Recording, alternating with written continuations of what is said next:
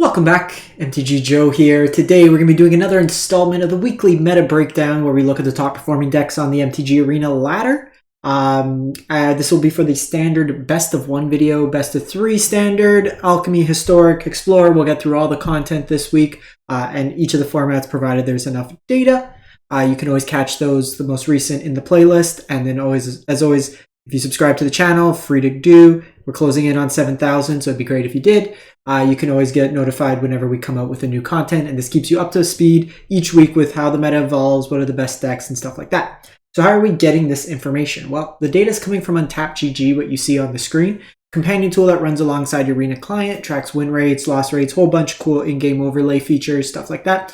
So definitely you can follow the link in the video description. A whole bunch of it is free, so click that, follow it, and you can get started as well. For kind of programming notes, this month the MIQ is Alchemy, so I will get together a deck list ahead of each of the play-ins and the qualifier weekend, so you're prepared for that. I know a lot of people don't normally play Alchemy, so it's kind of a resource there. Spoiler alert, play my mono red best of 1 deck. But we'll also look at the decathlon events. We had the Pauper event that was happening this weekend.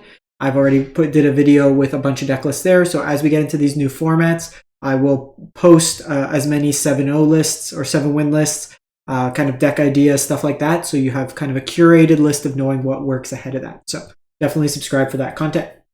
So we are looking December 26th through January 2nd. Hopefully everyone had a great New Year's and holidays. And for this video, we're looking Mythic to Mythic. We're going to look, because it's towards the end of the month, I like looking at the top of the ladder to see what's best, because people usually try to push for that top 1200. Or like top 250 Mythic. There's usually that kind of period early on where in Mythic people are just playing jank, stuff like that. But the last 2-3 days, people really kind of focus on getting their rank up. So we had 43,000 games of Magic played. Top performing deck in best of 1 standard is Azorius Soldiers. And we've seen adaptations of this list kind of evolve week over week. Some cards in and out. But the core of the blue-white version is getting access to Fortified Beachhead, which you see right... No, there. I got my thing mirrored. New camera setup. So it lets you pay 5 mana and then do a buff to your soldiers. It's also a dual land that could come into play untapped, which is beneficial. This version is also on the Mishra Foundry, which gives you another creature land. So just lots of utility lands in here in case you do flood. The blue version also gives you access to Sky Strike Officer, which is an evasive creature that makes more bodies and then can tap those bodies to allow you to draw cards, which is something that an aggressive deck usually wants. You're going to spew your hand, you want to refill your hand. The blue version also gets you access to Denic, Lifelinker, that can shut off some graveyard style strategies, which we'll see later on. And then it's a second body on the flip side, both soldiers. And then Harbin's kind of the go wide threat. You have a lot of creatures. Well, it's the pseudo anthem in a way, where it's not a passive one like Valiant Veteran that always is there with all your creatures getting the bonus. This one is on an attack trigger with 5 or more creatures.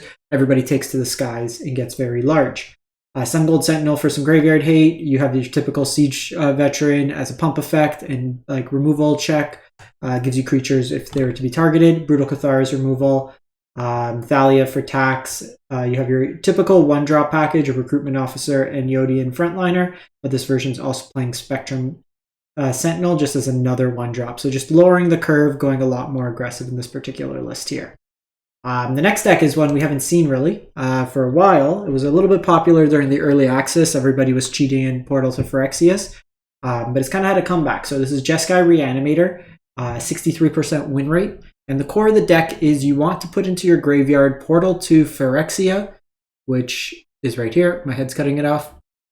Big artifact that lets forces your opponent to sack 3 creatures, and then you get to reanimate a creature each turn. So for 9 mana, it does a lot. If you can pay 5 mana, or as early on turn 4, get it out, it's even better. So you do that. You could do one with the Multiverse, lets you cast free spells and off the top of your library. You can also cheat into play Cityscape Leveler as well. And the way you're doing that is through Repair Recharge that lets you target a artifact, enchantment, or planeswalker from your graveyard and put it into the battlefield. You also get ramp in the terms of Power Stones.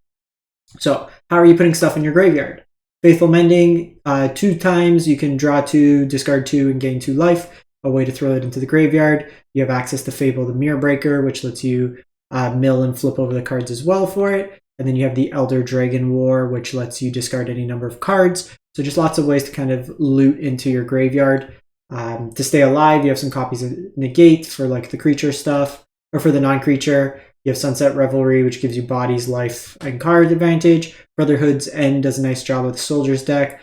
Elder Dragon War can also deal 2 damage to each creature, so 4 sweepers there. You got a Farewell and a Burn Down the House kind of mixed into that list as well. We then go to Mono White Soldiers, so lots of similarities. This one's at 62%, 63 almost, so fairly close to beating out the Jeskai list. This version here, the plus of going mono white is cleaner mana. You also get access to Laydown Arms, which is a scalable 1 mana exile effect. So you get some hard removal in the deck. You're still pairing it with Brutal Cathar as the other removal. The big payoff's Myrel, Shield of Argive. Taxes your opponent where they can't cast or interact with you on when it's your turn. So that allows you to kind of always know you could get into attack, no flashing Wandering Emperor, stuff like that. And it also makes your board go really wide as well. Same kind of concept, Brutal Cathar, Siege Veteran, Valiant, Thalia, your 8/1 drops, and you also have Guardian of New Benalia, which is you can pitch creatures or pitch cards from your hand to give it indestructible. Also lets you enlist and kind of shape out your draws and give it an extra power boost in there as well. We then go to Esper Legends. So this is a Esper kind of mid-rangey legend deck. This deck's seen many variations over the times. We've seen Wandering Emperor versions, more control-y based versions. This one's full on Legends, taking advantage of Pyre as a hero as an untapped tricolor land that also has the ability to give indestructible and hexproof. It's only a single Ratadrabic as a way. I've played like versions with that go 4, which is pretty good. I'm blending into the mana base. Ooh. And then this one's like full on Urtai. Still have your Rafine as 4-ofs and your Thalia as tax, but just lots of 1-ofs. You got Ashnod, you have Ravenman, Ludwig, just another way to kind of mill, Jigdar, 4 of Denix, just kind of situational cards that could be relevant at the time. And then your top end is like Steel Seraph to give things lifelink or flying or just ways to kind of push through those remaining points damage. Think like a really big Rafine with this, or just kind of ways to kind of attack it. All the draw works really well. Shieldred, Ao, and Junji can kind of reanimate or find any of these creatures here. So it is probably a very expensive deck to craft. I don't know if there's any commons or uncommons in any of the spells. There's actually none. So this is the big baller Esper deck. Use all your wild cards on it. Doesn't even have a basic land. This is the anti-budget deck. Then go to Mono Black Aggro. This is another deck that has quite a few variations to it. You could have the Invoke Despair list, stuff like that. I was playing this one a couple days ago, felt pretty solid. You could get fairly aggressive with it. In this version here, you're on 4 Misery Shadows, just a good mana sink, gets bigger and exiles when things die.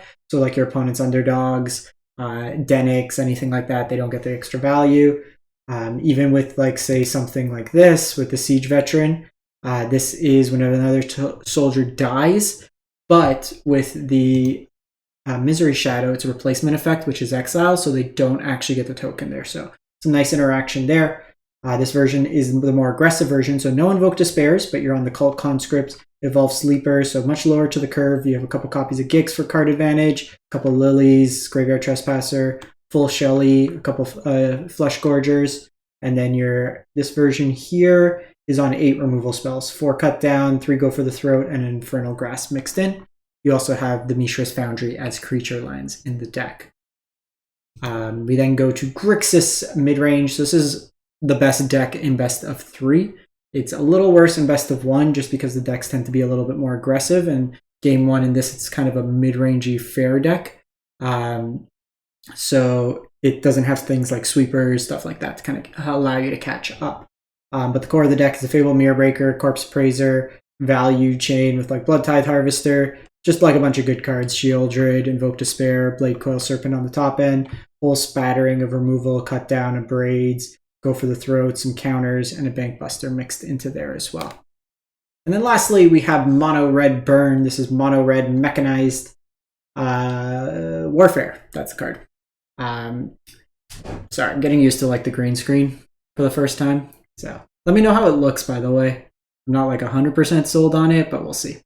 So we have Mechanized Warfare, which is the additional kind of any red damage spell you do or your creature attacks deals 1 additional point, so everything gets slightly bigger, and it works really nice with like ping effects, like with Kestic Flame Breather, so each of your spells deals 1 additional damage. So in this case here, you say Lightning Strike your opponent, your Lightning Strike deals 4 damage, while the Kestic Flame Breather also deals 2 additional damage on top. So with the ping effect, smattering of burn spells here, you have Lightning Strikes, Obliterating Bolts, Play with Fires. You also have End the Festivities, which can scale with the multiple copies of the Warfare that you have out. So even a single copy does 2 damage each of the board, cleans up soldiers for the most part, stuff like that.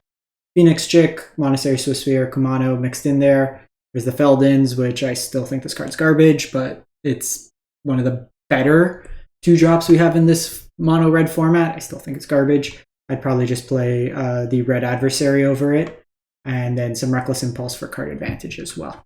So that's it for standard best of 1. Let me know what you've been playing this week. If you were able to secure a top 1200 finish in Mythic, or if you have any kind of cool brews, drop it in the comments. It's always, these are kind of community spaces where people can share decks and stuff like that. So catch you next week. Thanks for watching. Hope you have a great one.